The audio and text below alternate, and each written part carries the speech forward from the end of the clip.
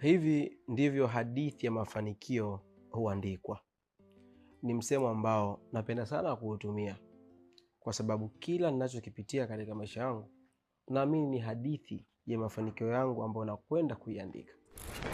Naitwa Ibrahim Athmani Rajab, jina ambalo nilipewa na wazazi wangu, lakini mitaa ya sanaa ikanipachika majina mengi, ila jina ambalo limekuwa mpaka sasa ni Kodi Brandi. Umeelewa? Dibwe. Umeelewa vizuri? Dibwe. Usije ukasahau chochote kile. Uwe makini na huko unapokwenda. Na hizi salamu uzifikishe. Sawa? Dibwe.